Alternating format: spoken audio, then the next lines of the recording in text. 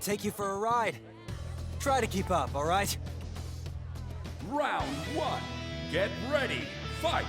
What's up, dudes? Max here. So, pretty big video today. I had an opportunity over the past day or two to check out Fatal Fury City of the Wolves. I have to correct myself in case I call this Garou 2 every once in a while, but it is. Big shout out to SNK. There was a unique chance for me to get a little bit of hands-on time with the game very quickly. So I am a little late on this. It's been a busy weekend for me, but let's just talk about it. So we already saw the trailer of City of the Wolves and how the game looks. And the good thing is that I can echo a similar sentiment. In person, the game is absolutely gorgeous. If there's one thing that I've been kind of critical for a lot of SNK stuff in the past, like I'd say 5 to 7 years, is that a lot of their 3D fighting games try to tackle certain kinds of art styles to varying degrees of positive effect. So I think KOF 14 was obviously a game that I enjoyed playing, but clearly its art style was rough at the start and improved over time. KOF 15 got a little bit better, but still it wasn't like a visually striking game by any means, even though a lot of the character models and things 100% improved from KOF 14. And then Samurai Showdown was definitely going for something. They were going for somewhat of a unique sort of like, it reminded me of like a Street Fighter 4 kind of art style. Garou 2, or sorry, City of the Wolves, is probably the best effort I'd say SNK has ever put into an actual captivating visual style for a 3D fighting game.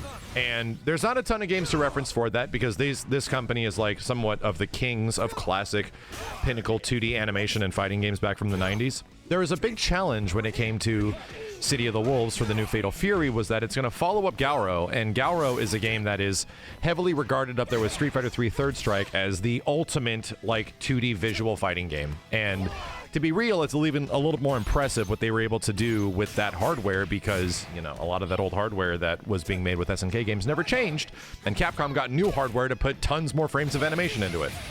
So it felt like that was a challenge for the developers specifically, that like we need to create a game that visually looks like a sequel to Garou.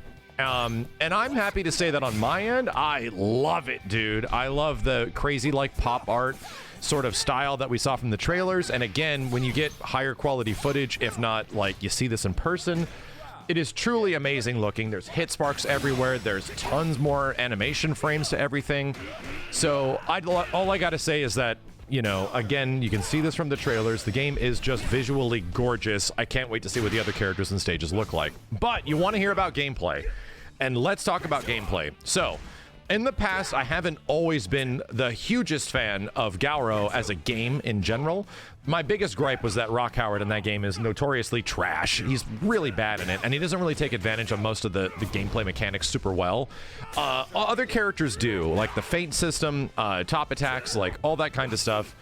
So what's crazy about City of the Wolves is it seemingly takes almost everything from the previous game. So I can just go off the top of my head the things that are in here. Feints are in here, which is cool. They can lead to unique combo opportunities, if not just cancel situations for like fake fireballs. Break attacks are also in here, so similar to... Most of this is going to be coming from a Terry and Rock Howard perspective. Break attacks are in here. Terry can break, like, the shoulder check. Rock can break rising tackle, so it's like, ooh, there's some natural, pretty great combo extensions in here. And the top attacks are back. You can cancel into them at any time if you're in the, I think it's the SPG state. So this SPG slash top attack state that characters are in do quite a bit. The big one is that your health gauge gradually recovers over time. Your power gauge builds up in larger increments. Your rev meter, which we'll talk about in a second, also goes up in smaller increments. And generally your attacks become more powerful, and you also get access to other SPG abilities, kind of like the top attacks from Garou, but they act a little bit different now. And sort of the big SPG top attack is kind of like a drive impact in some ways. Again, we didn't get a ton of opportunity to mess around with this, but it feels like it has armor. It slows down time with the other player if they both collide at the same time. And then last but not least, you get access to your super special, like I think they call it the Hidden Gear Super, and you can only do this super when you're in the SPG state. Now, I mentioned drive impact before we get into the next thing, which is the rev meter and the rev actions, because there is a lot of similarities it overall feels with a game like Street Fighter 6 and even other fighting games right now, just It's funny how this happens in this industry. Like, all developers sort of catch on to this sort of thing that could work pretty well, and it's just kind of present in a lot of fighting games right now. So there is a gauge called the rev gauge, and it naturally is not revved up at the start, meaning that you have access to a lot of stuff you can do with it until you use it too much and you eventually overheat and you have to wait for it to cool back down. Now, this stuff allows you to do a lot. The first big one is rev arts, which are kind of like EX moves, and, you know, very similar to the way they work in KOF 15, just right out the bat. It's kind of like that. You just get big EX attacks when they take a chunk of the rev gauge. The cool part about it is that you can go from rev art to rev art, meaning that it's a very similar situation to a max mode combo in KOF like 15 or previous KOFs, where you can use your big EX specials into other big EX specials and just come up with a massive daisy chain combo that does a ton of damage and looks ridiculously cool.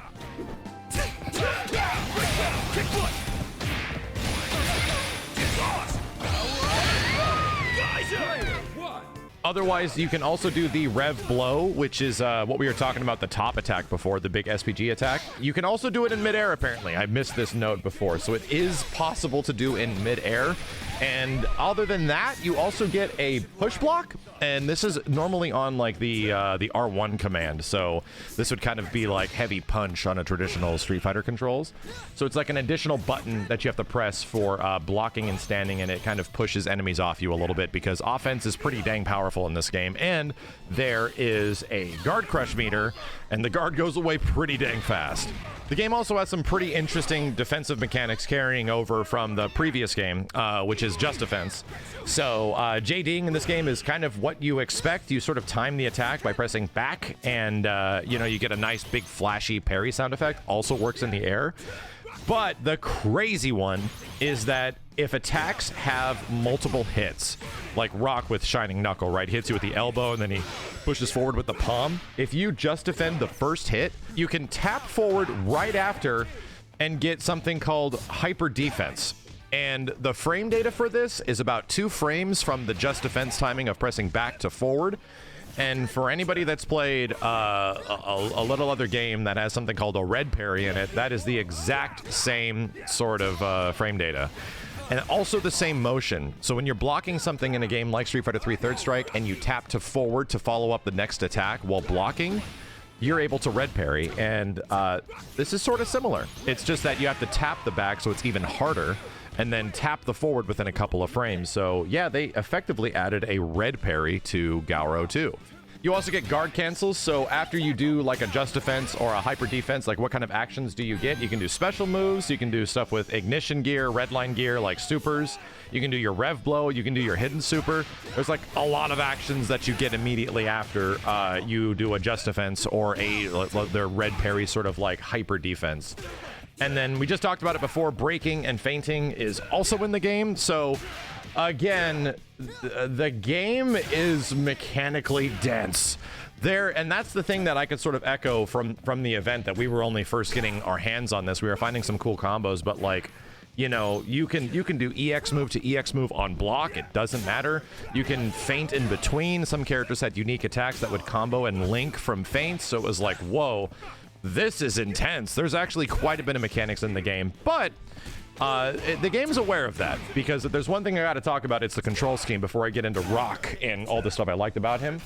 I didn't get a chance to play it, but it was pretty clear that the game had a sort of like easier to play control scheme that makes the game just a bit more approachable and accessible, like most other fighting games that are out there right now. There is a smart style sort of control that prevents you from having to do all like the crazy inputs and stuff like that, that makes things kind of easier to do, and I think that's just very much appreciated. Again, it isn't the exact access to everything. You get like a punch button, a kick button, a special move button, and if you press these buttons in combinations with other stuff, you do get access to like supers. So yes, they do have something in the game that makes it a bit easier to pilot in terms of like the overall difficult approachness of some SNK motions that some people are obviously going to have. I don't think this is specifically a bad thing. I think making fighting games more approachable is great. My only gripe with fighting games is when they just make them more approachable and more accessible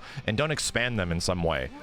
And this game, mechanically, is clearly an expansion of what was possible in Garou, and even to a certain degree, like, carries over and expands even stuff that's in, like, a game like KOF 15, which it shares. It has, like, big max mode combos and stuff like that now. It's a 1v1 fighting game. You don't get access to 3 characters, clearly, so how are we going to expand the gameplay, you know, I might ask.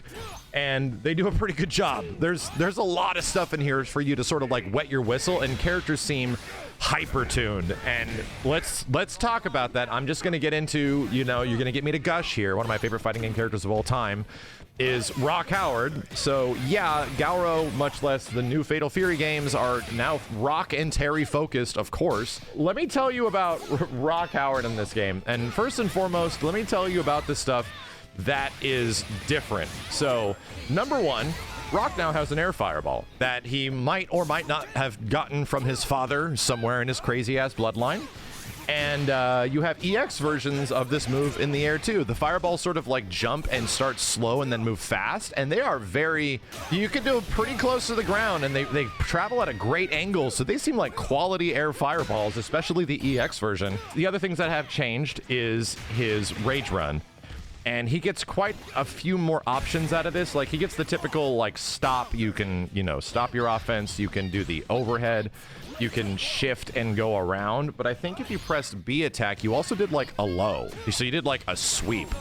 And, again, if you started with an EX attack and you go from the sweep to another EX move, then, yeah, you have a big-ass combo starter there.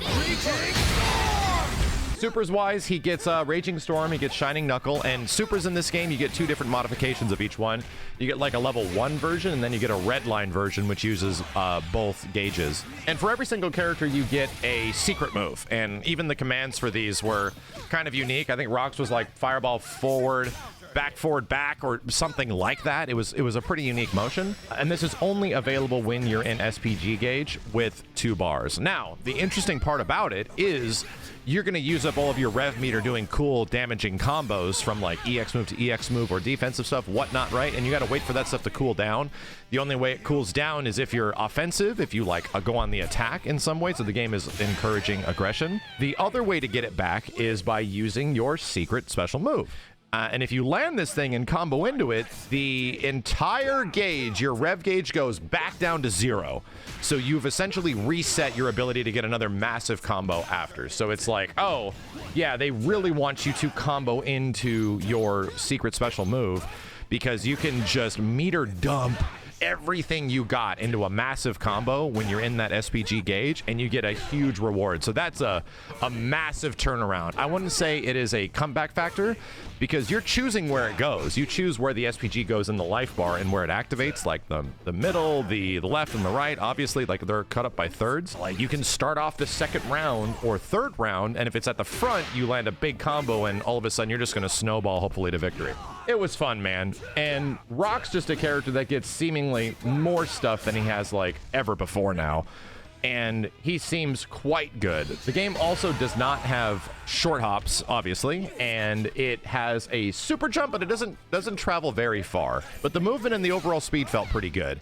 It's just over time, like obviously getting in on your opponent, one of the best things that you can do is clearly like running, because every character can run. I have a lot of really good things to say about it. I think Rock is, and even most characters from what I even played with Terry, are ridiculously fun. And there are just so many insanely cool defensive and offensive tools in the game that this feels like a proper evolution. It feels like this is going to be a game that's visually going to appeal. Maybe you might have not have loved the way that some SNK games have looked in the past, since, you know, the classic 2D games have kind of gone away in KOF 13. And I think visually this game's just very captivating looking. They're obviously using a lot of motion blur, and when all these cool new effects and defensive things happen, they sound good and they look really good. And to be real, I can't wait to play more. All the footage that was provided for this was coming from SNK, so I'm very much looking forward to getting my hands on and showing off some really cool shit you can do, because in the first, like, 30-40 minutes, we were getting some massive combos and a lot of cool situations and setups and damage and block strings that was like, all right, dude, this game has some sauce. Anyway, I'm super excited to show that off in the future when I get a chance and get some really good footage. If you guys enjoyed the video, I do appreciate it. I'll be back with more updates for City of the Wolves when they eventually happen. It's launching early 2025, which is a bit later than I thought it would. But still, it's not that far off. We got another fighting game that's obviously on the horizon that is, you know, one of the other big boys that is going to be competing with the likes of everything else. And it's nice that this game gets a little bit of space in between from those. So I do think it's in a pretty good spot right now. Anyway, thank you dudes a ton for watching. Leave a thumbs up on the video if you enjoyed the breakdown. And once again, like I said, I'll be back with more on City of the Wolves as soon as possible. My name is Max, and I'll see you next time.